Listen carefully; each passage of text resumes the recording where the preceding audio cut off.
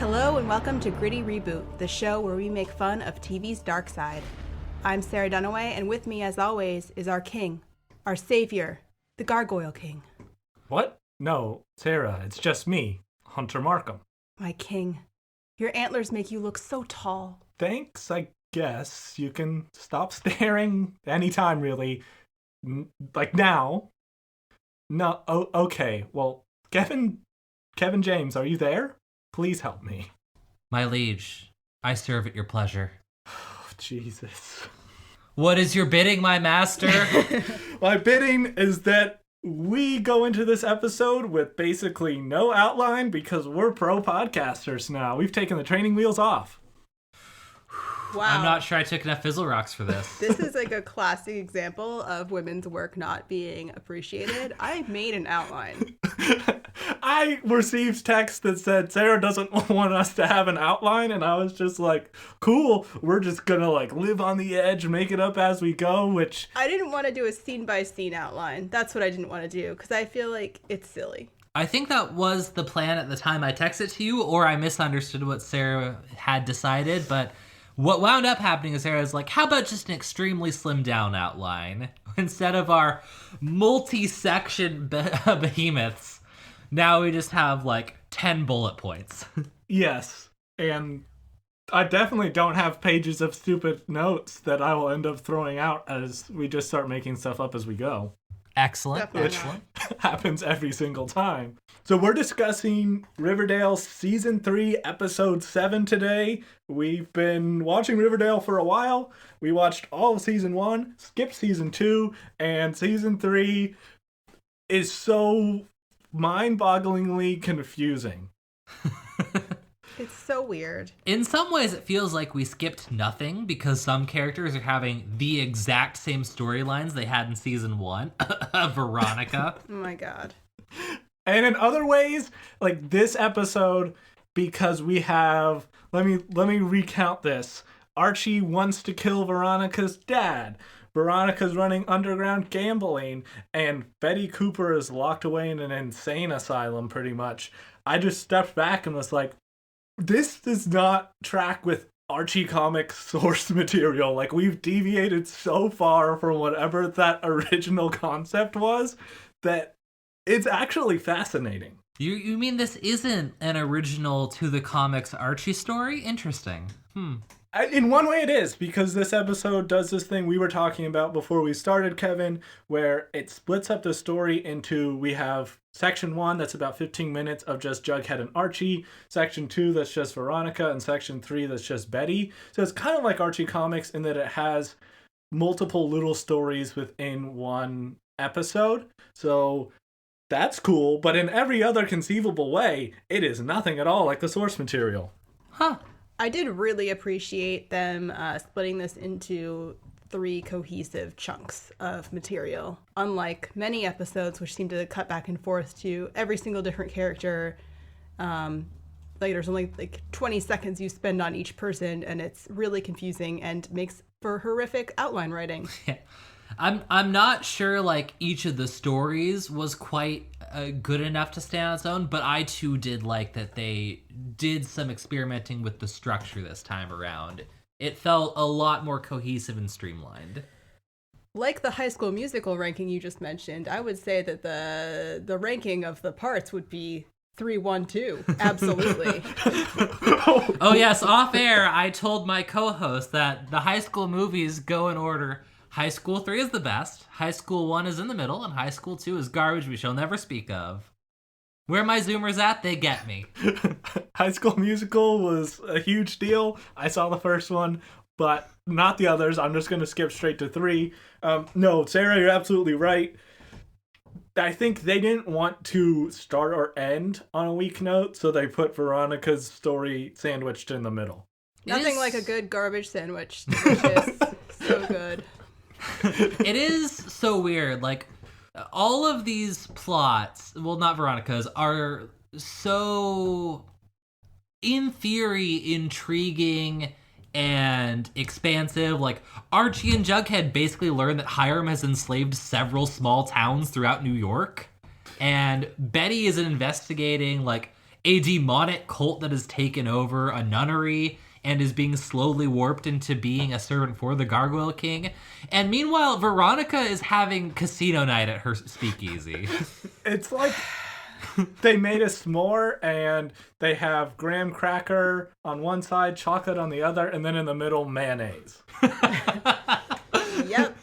That's this episode, titled Man in Black, after the 1997 comedy sci-fi film starring Will Smith. All right, fine. It's not actually based on that.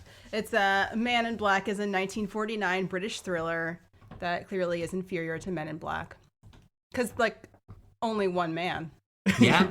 Yeah, you're going to want more than one guy to do the job. I need more than that, let me tell you. What if he has to lift a refrigerator?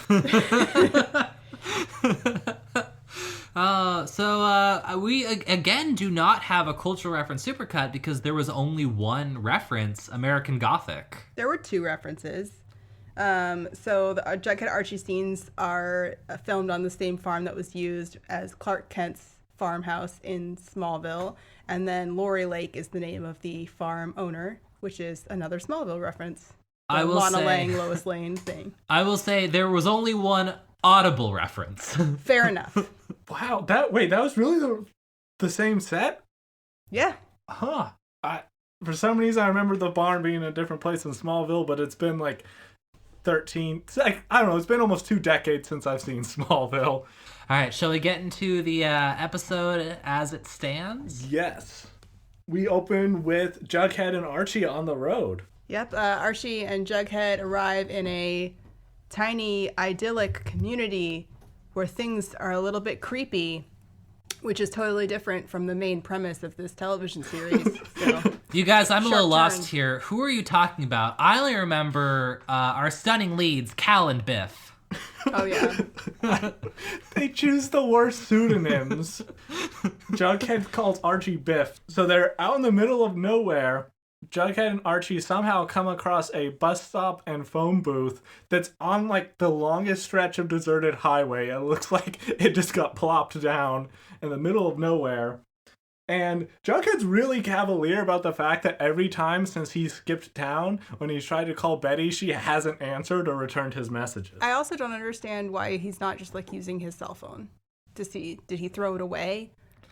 Yeah, maybe the reason he's not too worried about Betty answering his phone calls, like, got it, she's screening. I wouldn't answer a random payphone either. Who would answer a random number from a phone? No one does that. he just doesn't seem to care very much. He's just like, oh yeah, whatever, it's me, I'm out with the boys, hope you're having fun on your doing girl stuff, painting your nails or whatever. Oh yeah, no, don't worry, Archie, yeah, get the beer, I'll be right there.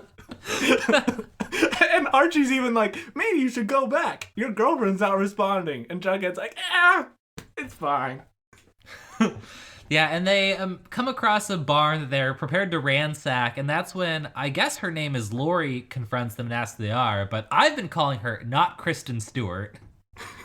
I don't think she looks that much like Kristen Stewart. I don't see that connection either, but yeah, Lori. So some little girl, when they're walking up the driveway to this farm, just pops out with like a shotgun behind them, which is not like a typical way to greet anyone coming to your door. I don't like. What did they do this to every UPS driver? I mean, I think Riverdale just forgot that they were not in the South again. Like, this isn't how you greet someone in New York. This is the Texan greeting. Yeah, for sure. You go back the way you came. You can't get there from here, boys. Archie is, of course, immediately thirsty for Lori because he's Archie.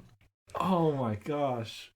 Their excuse when they show up at this farm and they find a hot girl there is, oh, like, we got robbed on a train, as they gently sent down their like bulging backpacks full of all their gear, which instantly puts their story Those robbers weren't very good. I don't know. They took all of our money and none of our things. Really just my library card. They didn't even keep the wallet. But yeah, Archie goes from like 0 to wanting to fuck this random girl in no time flat. He cannot go a single episode without having a new love interest. It's pathetic. Yeah, right away he's immediately like, oh, I don't mind sleeping in your barn. I'll get right in there. And of course, like, he waits to tell her, oh, by the way, I'm actually really into another girl after they've started making out because he's Archie and he's the worst. Yep. Yeah. I mean, she plays into it. Like, first night they're having dinner, she's like, oh, I've got some bales of hay that need moving up in my bedroom alone. Come put your needle in this haystack. He starts making out with her. He's been there, like, benefit of the doubt, 12 hours before they start making out. So this is slow for Archie. Yeah.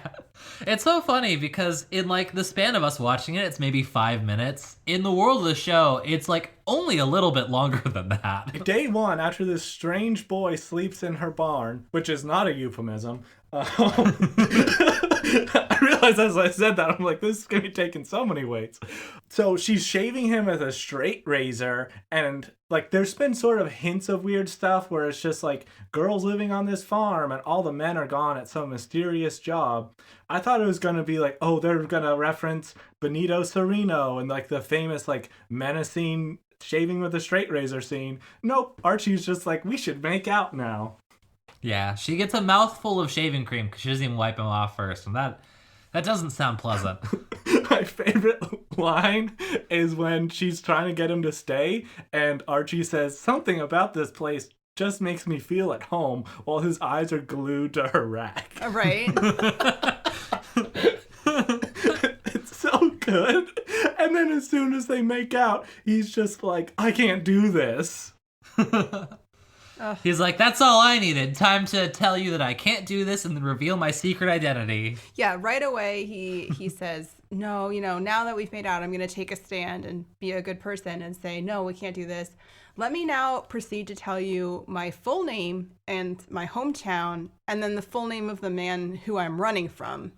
Because boy, do I know how to be on the lam. I've just got this down. Hey, you know what they say? Heaven hath no mercy like a woman scorned. Yes. The chain of events is she says, I used to shave my dad like this. Followed quickly by... I missed that. She says, yeah, that's what she says. She's shaving. She's like, oh, I used to shave my dad like this all the time. Followed quickly by her straddling Archie and making out with him. Which I understand why Archie wants to pump the brakes on this, because it seems like this is a whole other kettle of fish you don't want to get involved in. But I just imagine with Archie's weakness that flash forward, like, next shot should be they're in bed together and he's like, I shouldn't be doing this. And then they're at the altar, and right after he says, I do, he's like, oh, I can't do this right now. I feel like you perfectly encapsulated Archie's character in a way the show doesn't even get. Mm-hmm. The nurse hands him their firstborn child. He's like, actually, I'm just not sure Veronica would want me doing this. He just broke up with Veronica in this touching scene where he's like crying at the end of last episode. Was it touching? No. I'm giving the show went for touching, okay? Archie's crying because he has to leave Veronica and run away from Riverdale, and 5 minutes into the next episode, he's just like making eyes at this girl and like putting his sunglasses down on his nose and like nodding at Jughead, pretty much. And Jughead the whole time is like, no, you idiot. Meanwhile, Jughead just randomly takes off to, I guess, pursue his photography hobby, which I had thought that photography at the beginning of the season was just like, oh, I need to take photos of this evidence. But apparently, no, he's just really into photography now. Where is he going to find a dark room on the road? Is like the next creepy town just going to be all dark rooms? His whole life is one big dark room. Oh. Ooh, and he quickly finds out this town has been taken over by Griffin gargoyles, which I guess puts a hole in his theory that it's only in Riverdale. Oh my god, I didn't think of that. Yep. Also, that one rune, the sacrifice rune, is just everywhere, and what runic system, what kind of symbol system is this if there's only one word? Why are there not other words? Yeah, okay, he goes into town, I think it's Athens is the name of this fictional town, where it's pretty much like all the cards are from 1947 and everything's rusted and there's tumbleweeds and there's Gargoyle King runes painted on everything. But it doesn't seem like he really gets freaked out. until he like runs into some kids who are doing fizzle rock drugs and playing Griffins and Gargoyles. Yeah, and they just casually mentioned, oh, by the way, Hiram Lodge comes and has enslaved all of our men so they can work in his jingle jangle factory. And Jughead doesn't even care about the slave. He's like, oh my god, that means Archie's in danger. Yeah, apparently they are a like 24/7, 365 construction crew and drug lab, which is a weird business model, but okay. It's also, so apparently Fizzle Rocks really are candy, like they are just pop rocks, but some of it is laced with drugs, which, what a confusing way to reveal this question we've had since the Fizzle Rocks were first introduced 3 or 4 episodes ago. Is it like you buy a pack and you don't know if it's going to be like a special one? I have no idea. Like the Monopoly tickets or whatever. You're like, oh, fingers crossed. I'm just imagining like I go to the store and get a nerd's rope and I'm like, well, Right. I hope this isn't one that makes me trip balls. Or I hope it is. Yeah, It's really funny though because he's wandering through this desolate town. There's nothing but women there. My theory is Hiram Lodge and Edgar Evernever from the farm work in tandem where like Hiram goes into town, gets all the guys to work on his drug lab construction crew, and then Edgar sweeps in and is like, well, all you single ladies want to join a weird sex cult? all you single ladies, put your hands up. I wasn't trying to make that reference. You know anything about me? I was. Yeah, no, that's actually such a clever plot and idea that I refuse to believe Riverdale is doing that. Definitely not. Yeah, instead they're going to focus on the fact that Archie, at random times in this show, tries to have a conscience, and at the worst times. And naturally, him refusing a woman's advances, telling his whole life story and who his deadly enemies are, comes back to bite him. Who Yes. could have predicted? She swings a cast iron frying pan at his head, and my note here is, she is all of us right now. Yes. My note was just like, good thing Archie's skull is made of rocks that did literally no damage to him. Turns out that relationship was just a flash in the pan.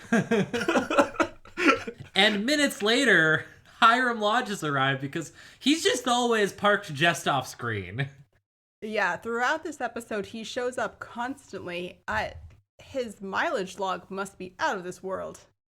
He's just constant. He's everywhere. Because Jughead and Archie were supposed to have been running for days, riding on trains, going all over the place.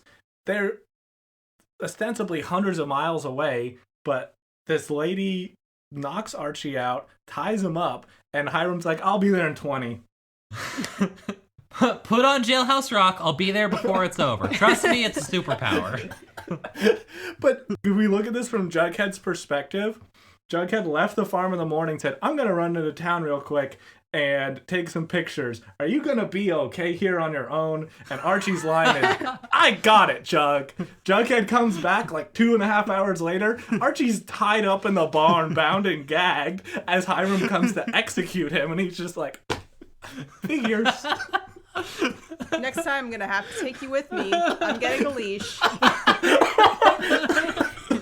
Oh my god, Hunter, you put it so perfectly. Like, we all knew Archie would not be fine for any length of time away from Jughead, but in the span of, like, seriously, less time than it takes to, like, watch a movie at the movie theater, he has managed to get himself put in mortal peril by his greatest and only enemy.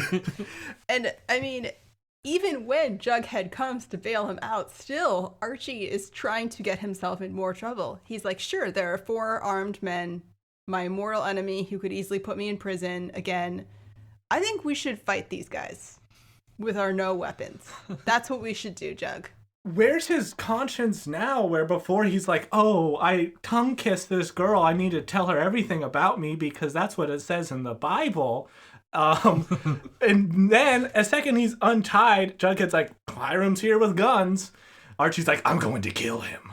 I mean, the thing that's really frustrating about too is, like, just last episode, Archie's like, I can't stay here, I can't face him, I better run. And now this episode, like, basically a day later is like, now's the time to stand and fight. Like, you've gone to opposite emotional extremes over basically nothing.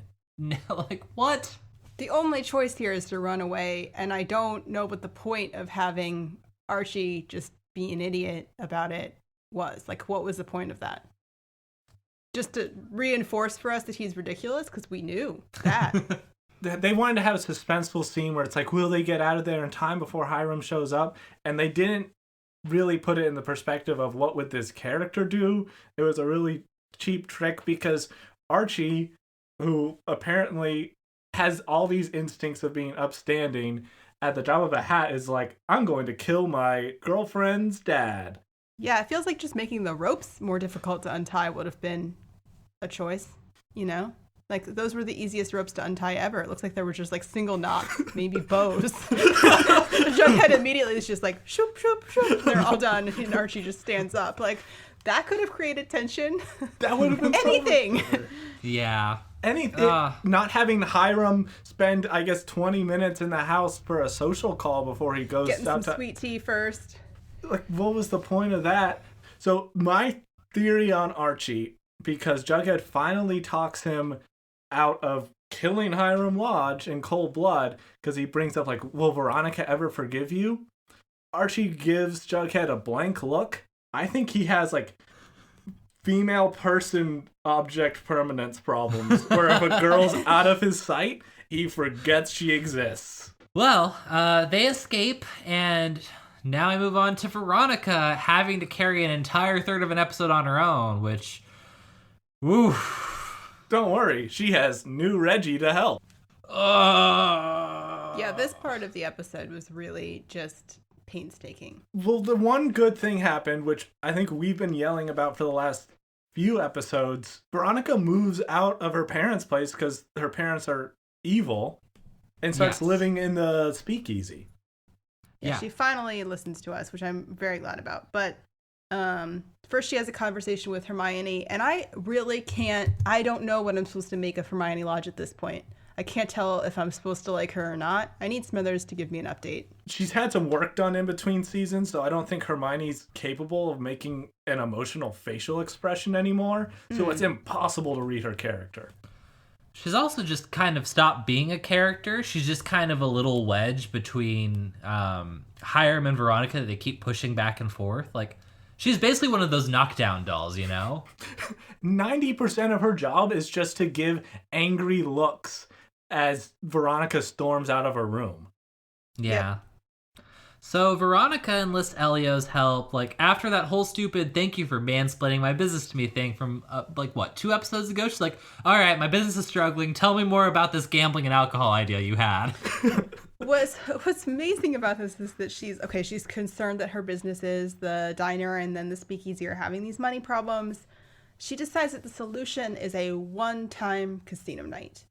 Like, does she have no ability to long-term plan? Yes.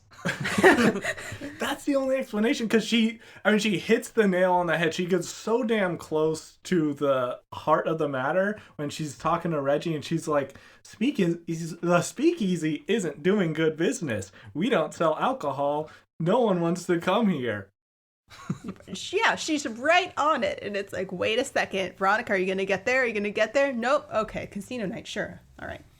Again, it goes to this thing of, it gets called out in this episode because I brought it up once before that Veronica's path to rebelling against her father is always to also take directions that are in a moral gray to black area. Because her first thing she does is, I'm having money trouble. Let me go to known mobsters and set up an illegal gambling night in my speakeasy. Yeah, like, this is jumping ahead a bit, but, like, Pops comes at the end of the episode like, hey, I would rather not have my business associated with crime. And she's like, oh, calm down, Pop. And I actually feel very confident that you could pull off a casino night without involving mobsters, because I saw it on an episode of The Office, so... Casino night without mobsters is the go-to, like, low-level event planning that my corporate office does every year for our annual get-togethers. This is not complex. Yeah. Veronica seems like she would know how to throw a theme party, and that's basically all this is. Yes. I mean, that's the same thing at my old job. in the office once a year we'd have casino night, and they rented tables and games and had dealers come in, which is all you need. And then the only twist with Veronica's is it's illegal because they're using actual money. Yeah. Which, terrible idea. So, yeah, her thing is, my dad's corrupt and I hate him, so I'm gonna be corrupt and do illegal things to get back at him. Yeah, I've got a whole rant on Veronica and Hiram, but I'll say it for later because we're not quite there yet. But Hiram does show up to try and offer her advice on dealing with Elio, and I just want to point out this small little moment. He orders a cafe con leche, and not to get all Duolingo level 1 on you guys, that's just coffee with milk. Veronica pours coffee and apparently does not realize there's anything else to it. No, it's because she was about to follow up with a line like, "We don't serve your kind around here. Speak American next time." I also why doesn't she just kick him out or like not talk to him? Like if was mad at a parent and I were a teenager, I mean, if I own the business, I'm kicking you out. I have the right to refuse service, or I'm just going to silent treatment you. I mean, I wouldn't do that now. I'm an adult now. But like, she's 16 and she hates her dad. Why isn't she being more of a bitch to him? Yeah, it was a handful of episodes ago that she kicked Cheryl out and refused to serve her just because Cheryl wanted to be student body president. Right. Why isn't B taking a stand? Look, she just can't kick out known murderer, drug dealer, and apparently town enslaver Hiram Lodge. Yeah, because that was Jughead's thing. If we step back to Archie and Jughead, as he's quickly untying Archie's simple knots, he's like, Hiram Lodge owns this town, and probably several others like it. So there's a network of like enslaved towns in New York that report to Hiram Lodge.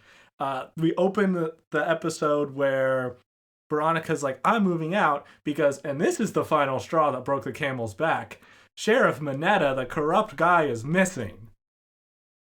It wasn't when her boyfriend got framed for murder that she decided to move away from her parents. It's when the guy she hated disappears. Yeah. And so we go to casino night, and apparently Elio has been planning to fleece the casino by cheating winning somehow. at gambling. So the dealer works for V, we later find out, and he appears to be working for her from the beginning, too. But somehow Elio is able to completely cheat. Not sure how. Cards up his sleeve, it's unclear. But he's not able to cheat later when Veronica sits down with him. I don't understand. Well, that's the thing. How do you cheat at blackjack except by having the dealer in your pocket? Yeah, I don't know. I mean, I'm not a card shark, but... My same thought was, Reggie comes up to Veronica. Reggie looks like he got dressed with his eyes closed. He looks like he's a fucking intern at P.T. Barnum Circus. He looks like an idiot. Anyway, I can't stress this enough, guys. He's got, like, checkered pants on. Ross Butler, come back. Yeah, new Reggie's not doing it for me. But he comes up to Veronica and is like, oh, Elio's definitely cheating. And my first thought was, well, he has to be in cahoots with the dealer because that's how you cheat at blackjack. Otherwise, he's just good at playing blackjack because he's like counting cards or something. Right. Card counting occurred to me, but my immediate thought was the dealer is in on it. Yes, mine too. I mean, was his line "that's impossible" supposed to mean that like he was in some way counting cards, or does he just not know how odds work? It's so unclear. But then, okay, so we have the whole sequence where Veronica finds out that Elio's cheating and sits down with him, bets the whole speakeasy and pops on winning that game, wins the game. And then we get an explanation that we did not want or need about how she knew that he was cheating and worked with the dealer, which just made everything so much worse. Right, because it doesn't explain how Elio was cheating, but basically the explanation for how Veronica knew is her daddy told her, oh, Elio's going to try to cheat you. How about you hire this guy? He can help you out. Why would she take her dad's word for it at this point? I don't know. Several things occurred to me at this point. And I thought the story was going to go in one of these several directions. Spoiler alert, it didn't go anywhere interesting. I thought that since Hiram told her Elio's going to try and fleece you out of all your money at this casino night, that as soon as she hired this dealer who helped her cheat to win this one hand of blackjack, in which she won all the money from Elio and got to keep Pops, I thought that Hiram was going to turn around and like sell her out to Elio and the mob and be like, this girl cheated on you, like this girl cheated this whole thing, and then he could like shut down her business and kind of like force her back into being under his thumb, because Hiram doesn't want his daughter running around trying to free her boyfriend and being independent because he's a megalomaniac. That would have been so cool. much better of a plot. Yeah, that would have been a very logical plot line. But no, she just carries the deed to Pops crackling in her pocket at all times, throws it on the table, wins. She doesn't even carry the deed at all times. She leaves it behind after she wins, and new Reggie has to sweep in and pick it up so that Elio doesn't just walk away with it anyway. Then, if we look at this, kind of like the same way we look at Jughead's perspective of Archie, looking at it the other way, Elio, since we know he wasn't in cahoots with the dealer, because we see in Veronica's explanation that the dealer helped her cheat to win, Veronica cheated her business partner out of money after he was just good at cards and did an illegal thing and was also underhanded, so she's just kind of the bad guy all around. Yeah, this kind of gets into my Hiram Veronica problem, which is that A, Hiram is too evil, and B, Veronica is too headstrong, and I feel like those are the two problems that fundamentally make their dynamic not work. If Hiram were more like FP, a fundamentally good guy who does shady things, it would make sense why Veronica, still struggled to decide what to do with him. Right, because after this whole incident, Pop kind of confronts Veronica about the criminal activity, and then she wonders whether her dad is actually a good guy. And that's so confusing at this point. Right. And Pop steps in and says, by the way, they found Sheriff Minota's beheaded body dumped in a bog. Yeah. Like his head and hands were sawed off, so they couldn't even... They think it's his body. They can't tell for sure because he's been mangled beyond recognition. And she's like, wow, I was just beginning to think that my murderous drug-dealing dad was a good guy because he told me to use underhanded methods to cheat other people out of money. Right. This is what's so confusing. Like, he's just too evil. Like, even just, like, at a low-level count, we don't even know everything he's done, but we know he's responsible for 5 or 6 murders at the very least, enslaving multiple towns, running drugs that are apparently doing everything bad. He's behind Griffins and Gargoyles, which is getting kids to kill themselves. I mean, what hasn't he done that merits anything less than absolute contempt? He does look nice in a suit. Yes. And this is where problem 2 that's comes his main in. strength. That's the only thing I can think And of. I'm not sure if this is an acting problem or a writing problem, but Veronica is just too self-confident. At least in conception. I don't know about in the acting. So it doesn't make sense how she keeps falling under his thumb. Like, if she was a less confident person, it would make sense how even with all of those evil qualities, she'd still be like, oh, but I don't know what to do. She could be like Ethel then. Like, I'm just not strong enough to stand up to him.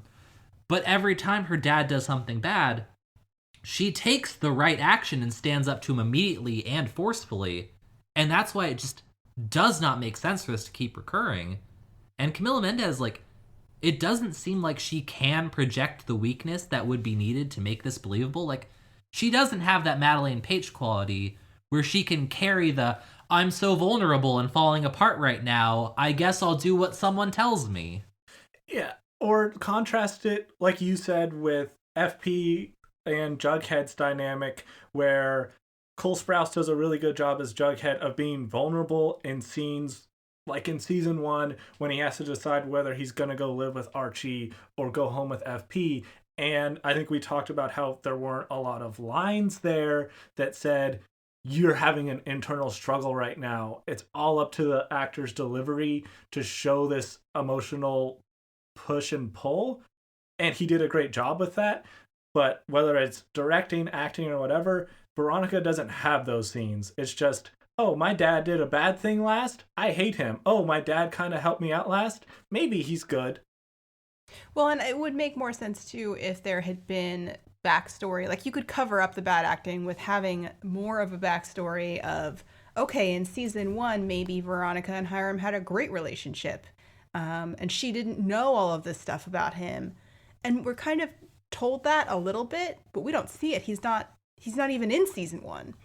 So this is all basically unearned. Like this conflict is just a reference to a past in which Veronica didn't know that her dad was involved in crime, and maybe they got along well, but we've never seen that, so it doesn't feel very real. Yeah. Basically, I think they just need to have the balls to make this into an outright abusive relationship, and then it would make more sense why Veronica is struggling. Yeah. Yeah. I mean, we got Reggie's dad slapping his kid around, so clearly they're not shy with just tossing that into the mix. If you're going to make Hiram evil, make it go all the way, because, like you said, Kevin, they've made him too evil to give him moments of redemption in the audience's eyes. Mm-hmm.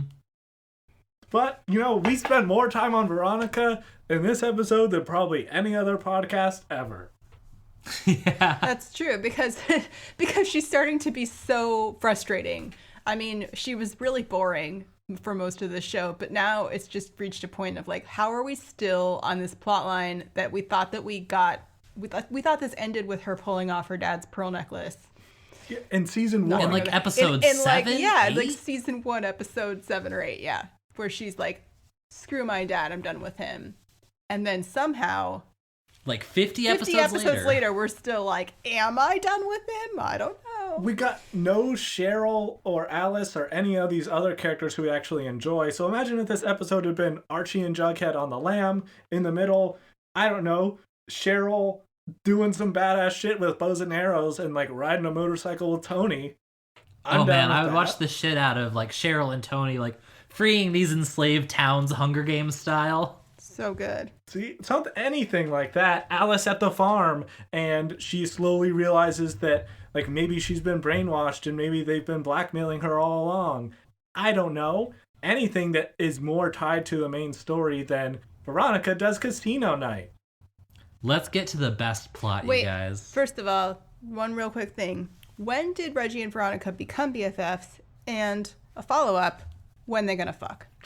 Ooh. Answer, season 2, and within the next 3 episodes. Perfect. All right. I'm just waiting, because then that would sort of interest me, in that they're both pretty. So the thing we need to talk about this Betty plotline is like, not only is it the best one, Lili Reinhart kind of has to pull it off alone. She only has Ethel to act opposite of, and that's only in a handful of scenes. She does an amazing job with this. I would watch a whole movie of this plotline. Like, I would totally watch person trapped in this, what is it? Like, convent, nunnery? Home for wayward women or something.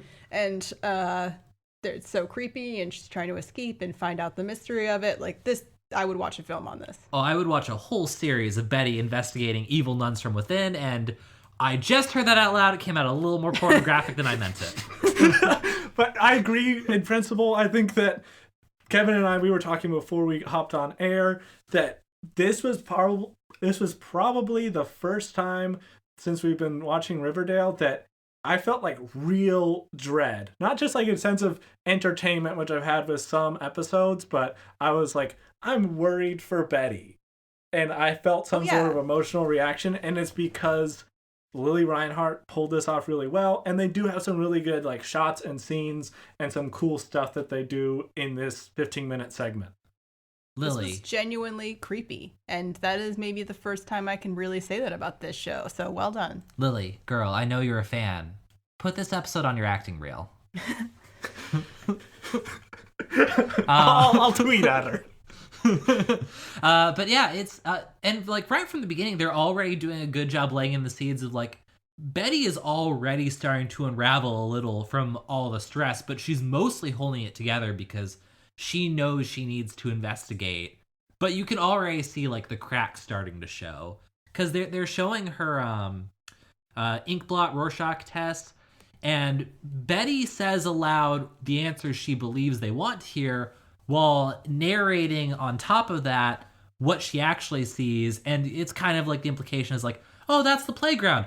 Really, I see like the Black Hood, who I think was her dad being the killer last season. So it's like Black Hood was the antagonist of last season. So, I mean, this scene was a reference to a famous piece of fiction. And I think that Lili Reinhart kind of got the reference too when she was reading the script.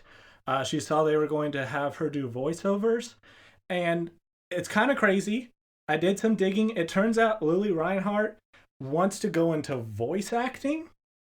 And although they already had some narration written in the script that was supposed to be delivered in a regular Betty voice, she put together something brief to show the writers and directors because she wanted to take things in an entirely different direction. Wow, this is an interesting surprise. Hunter, I am excited to hear this. Yeah, I was lucky to get my hands on the audio for this, you know. Like I said, me and Lily on Twitter, we're good buddies. So here it is. Betty's Journal, October 12th, 2019. Dead bird on the windowsill this morning. Killed on impact with glass. These nuns are afraid of me. I've seen their true face. The halls are full of patients, and the patients are full of fizzle rocks. When the fizzle rocks dissolve, they'll foam out of their mouths, dragging up their sins and jealousy, sealing the doors and windows shut. They'll be locked inside, beating their wings against the glass, and all the nuns in head cases will look at me and shout, "Save us." And I will whisper, "No."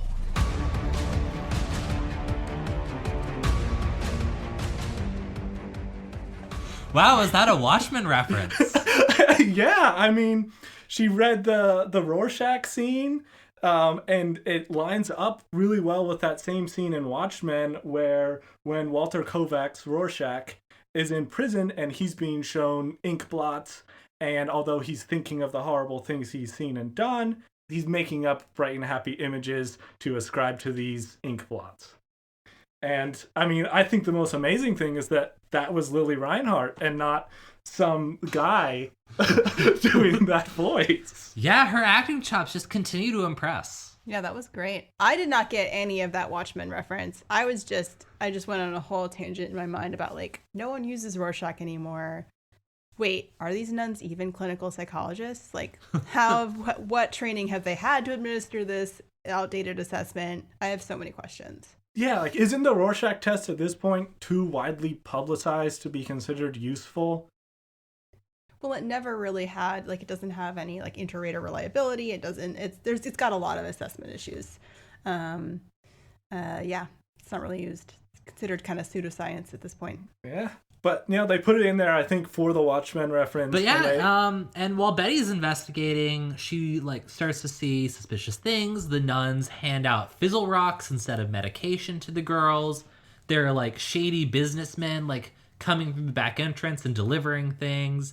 And worst of all, Ethel's been let out of the mental hospital and is now her roomie. Her vision board is, like, the greatest thing I've ever seen. Yeah. What the hell was that? I loved it. It's so like much. a Pinterest page got printed out of Gargoyle King. Well, because so I remember you probably weren't aware of this, but there was a time when the book The Secret was really popular. Do you remember this at all?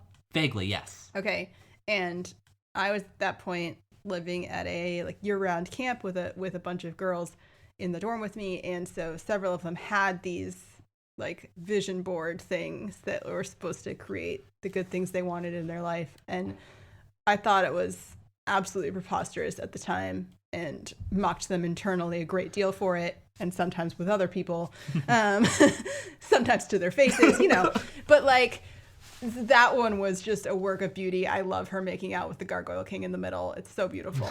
Yeah, it's like their faces melded together, them making out, and beneath it, one love, which I wanted the rest to just be like pot leaves and Jamaican flags. I feel that's also like very believable, horny teen girl level like arts and crafts. Like, yes.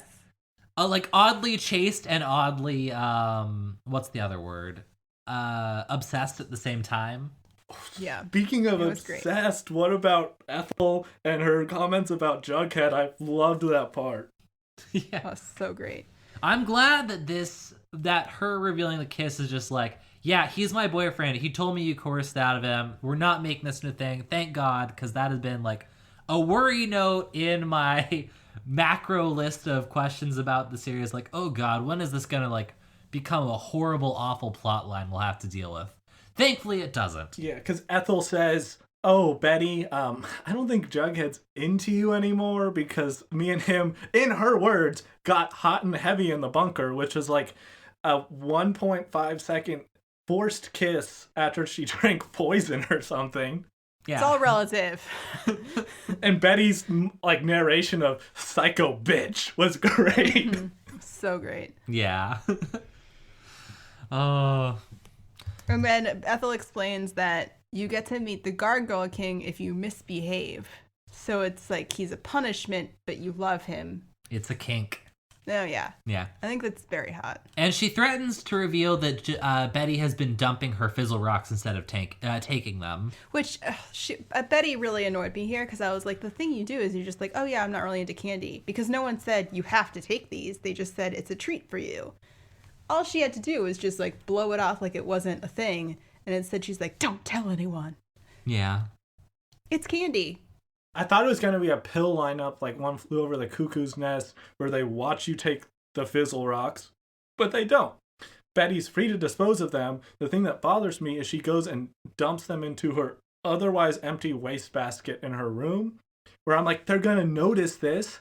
All you have to do is like dump them down the drain or flush them or do something. Then there's no trace and there's no problem. So of course, 2 seconds after she tries to get rid of him in the trash, Ethel finds him and is like, ooh, like you're not taking your drugs. So they play outside or they do, I don't know, They're gardening. gardening, that's it. I was going to say Landscaping. like they were picking up trash. I don't know. I wasn't paying enough attention to this part. But yeah. Women's work getting ignored again. Here we go. Sorry, I gardening, just ugh. But yeah, Claudius Blossom pulls up. Apparently, the Blossom Maple Farms are still delivering a year after they were revealed to just be a heroin front. Obviously, Claudius is dropping off some heroin. Yeah. And then Hiram Lodge shows up, and the guard's like, oh yeah, him, the man in black. He helps us out. He, like, takes care of our Gargoyle King stuff. You know the works. Everyone spills so much information, but the thing is, how is it that whether you're in bumfuck nowhere, New York, small town, or inside this convent, everyone only refers to Hiram as the man in black? Like, does he go around and tell them to use that nickname? Yes, remember, I texted Hunter, like, I'm pretty sure Hiram is that kid who tries to convince you, oh, I have this super cool nickname you should all call me by. Because there's a lot of other nicknames for that guy, but I don't know. It's weird. Is Claudius Blossom, who's this random dude who shows up and I guess is delivering drugs straight to the convent so that everyone can get their fizzle rocks, which implies the Blossoms are tied to Hiram Lodge and doing drug stuff together. Is Claudius Blossom played by the Cliff Blossom actor? I didn't look that closely at him. I didn't. Yeah, I don't know. I didn't until a second watch, but I'm like, oh, he looks like Cliff Blossom without a wig. So does he have an identical twin floating around? I should have actually looked this up before the show. I don't know. I didn't pay enough attention, but I think it is funny how did this convent kind of get converted to being so Gargoyle King focused? I wish we knew. Oh, yeah.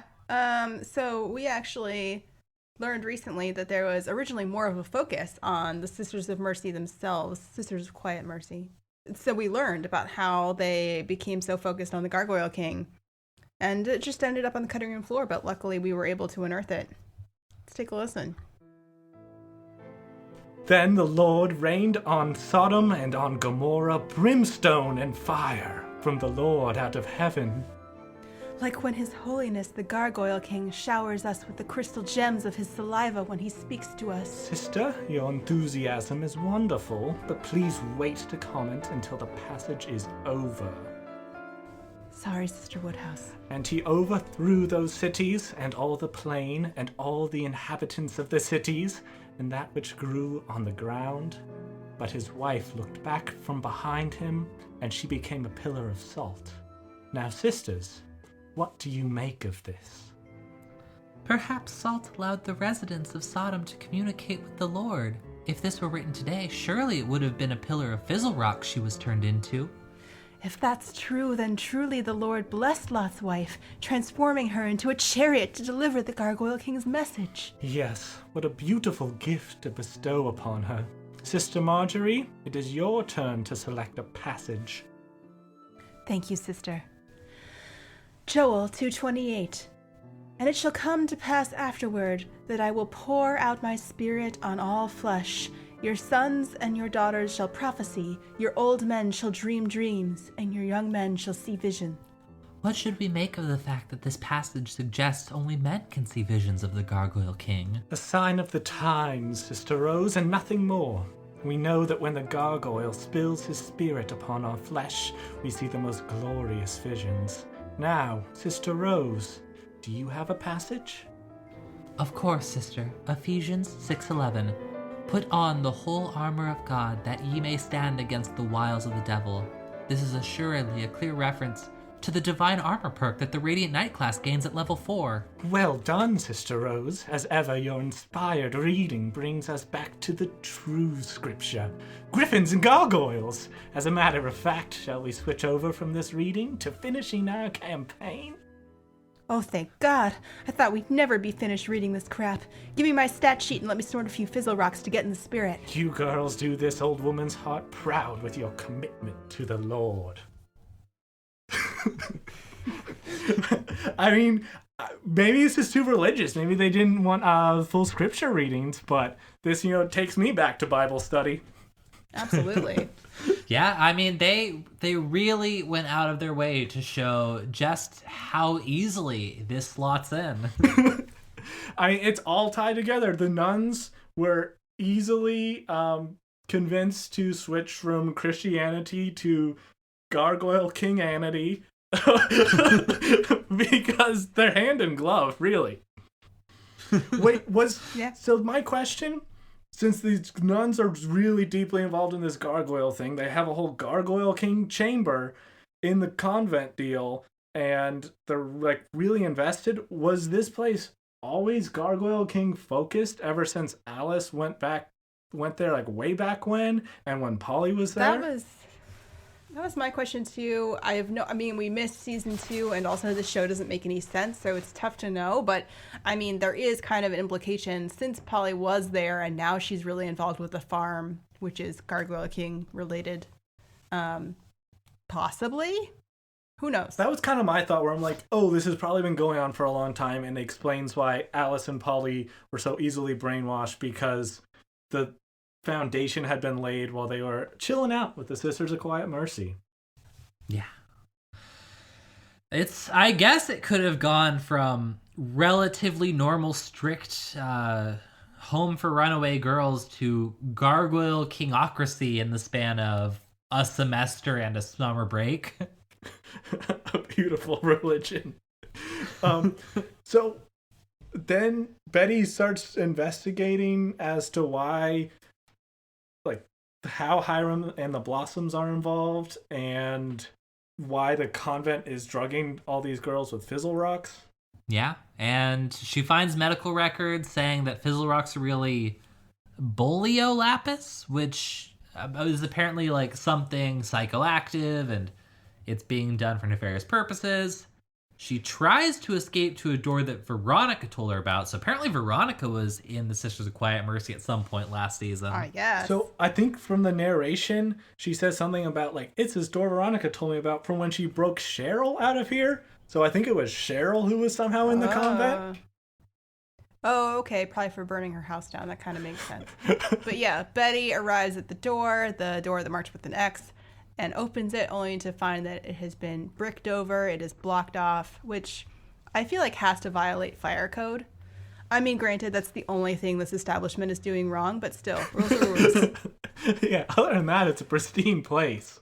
It is. I'm also unsure why she needs to escape through that door. Like, they've been let outside several times. It doesn't seem particularly high security.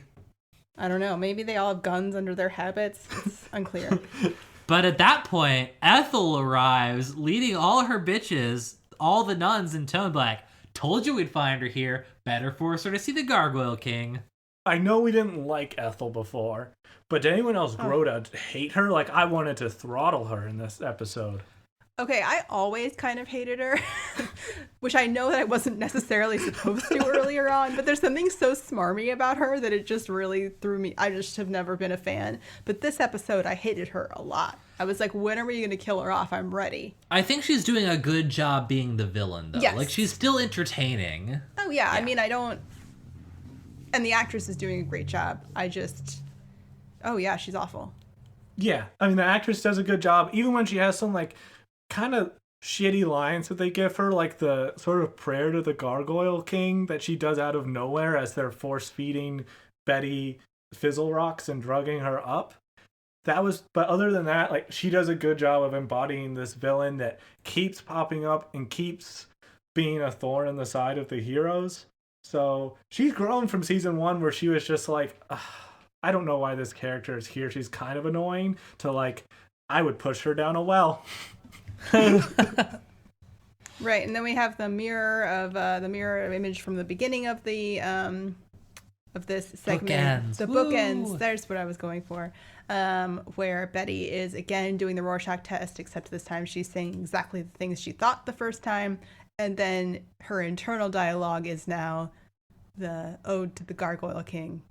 And we see it, the Gargoyle King is just standing behind the administering nun. And I want to believe that, like, he's just there supervising, like, make sure you do a good job on this test, little girl. He's just like the school principal whenever they would come to class and observe. Yeah, it's unclear if it's just, like, a hallucination, which is definitely possible, or he's actually there. But I want to believe he's actually there. Yeah. But, like, Betty's super frazzled looking and, like, empty-eyed and frazzle-haired, and we're led to believe that she's A, drugged up, and B, totally lost her marbles. So, and she's pretty convincing in portraying that, I have to say. Mm-hmm. Which is, I think, where the fear comes from, because to me, these asylum movie situations are always fucking terrifying. It's one of my biggest fears, which is probably why this episode hit me on an emotional level. I actually felt concerned and wanted to watch the next episode immediately because I want Betty to get out of here. Mm-hmm. The big props I want to give to Lili Reinhart here is I think this is the first time she's successfully done something that other more experienced actors on the show haven't pulled off, because when Cole Sprouse was trying to show that Jughead was kind of going off the deep end, it didn't really land. And I know part of that was definitely like the writing sucked, but Lili Reinhart did successfully land the Betty going crazy acting. Mm-hmm. Well, I mean, I think Cole Sprouse could have pulled it off if they had him go this crazy. Yeah. The weird thing about his scenes were that you were never sure how crazy he was supposed to be going. Yeah. Yeah, he kind of just chewed scenery, and they just kind of were like, be Jughead, but act a lot worse. And yeah. But this be like a little too into this, and it's kind of weird. Yeah. All I'm just saying is I think, like, that's a little feather in her cap. Totally. Yes. She did great. The episode ended on by far the best segment because Lili Reinhart does a good job of portraying, like, A, she's trying to fake all this stuff for the nuns and seem like she's a good inpatient. B, she's doing this internal monologue where she's like calling Ethel a psycho bitch and you're rooting for Betty. And then C, she even pulls off when she transitions into like drugged out and fully crazy, when she's just like the thrall of the Gargoyle King. And this is done within a 15-minute segment, and it all seems really well performed. It's seamless in a way, which is crazy for Riverdale. Mm-hmm. So we're just going to send this segment of the podcast to the Riverdale writers to get some sort of approval from them. Don't listen to anything else from our episodes ever, but we really praise you to high heaven here. Yeah, clip out the parts where we talked about Archie, Jughead, Veronica, and everyone else. Just the Betty parts. So to wrap up, Archie and Jughead are even more on the run from Hiram than they were last episode. Veronica... What? I was going to say, we forgot to mention where Archie and Jughead are planning on going now. Is now that they're super on the run. They're headed to Jughead's mom's place, so I guess they're going to Toledo. Woo! That's the most excitement anyone could muster for Toledo. Yeah, I've never been, and I don't plan on changing that. Veronica's moved out and is somehow still confused about whether Hiram is a good person. Betty tried to escape the Sister Quiet Mercy, but wound up going insane and being forced to accept the Gargoyle King as her personal savior. And she has some interesting literature for you to read. What do you think Toledo's gonna be like? Because Jughead's pretty much like, we'll go see my mom. That's the first place they'll look. I imagine it'll just be like, ooh, now's not a good time. Ooh. Could you maybe go back to your dad? I'm really hoping we get to meet Jellybean, though. I've been waiting for Jellybean. Is Jellybean gonna be our new favorite character? I mean, she already listens to Pink Floyd on vinyl. How much cooler could a kid get? I just want her, like, spinning a butterfly knife and, like... Dude, this kid could be so fucking badass. She's like 12 years old by now or something, and she rolls up to pick him up in, like, a Dodge Charger. Hey, bro, took care of your ghoulie problem while I was just messing around. I think Jellybean's gonna be in the next episode, is my prediction, and that she's gonna be our favorite character. No predictions. No predictions? But how long can the Riverdale writers keep this hot streak of they're doing a really good job with the suspense in the Betty storyline before they crumble and she either gets out scot-free or they just fuck this all up?